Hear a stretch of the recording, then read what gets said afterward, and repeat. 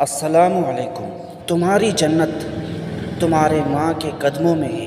جابر حکمران کے سامنے کلمہ حق کہنا جہاد افضل ہے۔ جس نے کسی کی غیبت سنی گویا اس نے غیبت کی۔ جو شخص اللہ سے ڈرتا ہے وہ بدلہ نہیں لیتا۔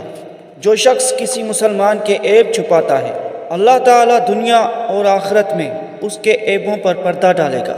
جس کو مسلمان کا غم نہ ہو وہ میری امت میں سے نہیں۔ قیامت کے دن غریب ہمسایہ امیر ہمسایہ کا دامن گیر ہوگا۔ پڑوسی کو ستانے والا دوزخی ہے اگرچہ تمام رات عبادت کرے اور تمام دن روزہ رکھے۔ جو شخص بڑوں کی تعظیم اور چھوٹوں پر شفقت نہیں کرتا وہ میری امت میں سے نہیں ہے۔ جو کام سب سے زیادہ سبب مغفرت ہوگا وہ کشادہ روی اور شیریں زبانی ہے۔ سخی اللہ سے قریب ہے، جنت سے قریب ہے، لوگوں سے قریب ہے اور آگ سے دور ہے۔ جس شخص نے اپنی زبان اور شرم گاہ کو قابو میں رکھا میں اس کے واسطے جنت کا ضامن ہوتا ہوں۔ مومن ایک سوراخ سے 2 دفعہ نہیں ڈسا جاتا۔ ایماندار وہ شخص ہے جس سے لوگ اپنے مال اور جان کو محفوظ سمجھیں۔ باپ کا کوئی عطیہ بیٹے کے لیے اس سے بڑھ کر نہیں کہ اس کی تعلیم و تربیت اچھی کرے۔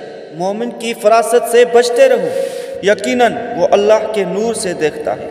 مجھے اپنی امت پر زیادہ خوف منافق اور زبان دراز کا ہے۔ ایماندار کا غصہ بھی جلد ہوا کرتا ہے اور راضی بھی جلد ہوا کرتا ہے۔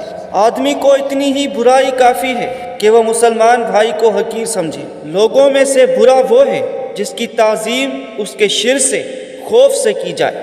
جو میانہ روی اختیار کرتا ہے وہ مفلس نہیں ہوتا۔ آپس میں تحفہ بھیجا کرو کہ تحفہ دل کی کدورت دور کر دیتا ہے۔ شرک کے بعد بدترین گناہ ایذا رسانی خلق ہے۔ ایمان کے بعد افضل تر نیکی خلق کو آرام دینا ہے۔ سلام میں سبقت کرنے والے کو 30 اور جواب دینے والے کو 10 نیکیاں ملتی ہیں۔ اپنے کاموں کی تکمیل میں رازداری کی مدد لو۔ برے دوستوں سے بچو کیونکہ وہ تمہارا تعارف بن جاتے ہیں۔ بے زبان جانوروں کے بارے میں اللہ تعالیٰ سے ڈرو۔ پہلوان وہ نہیں جو حریف کو میدان میں پچھاڑ دے بلکہ پہلوان وہ ہے جو غصے کے وقت اپنے نفس کو قابو میں رکھے۔ خدا حافظ۔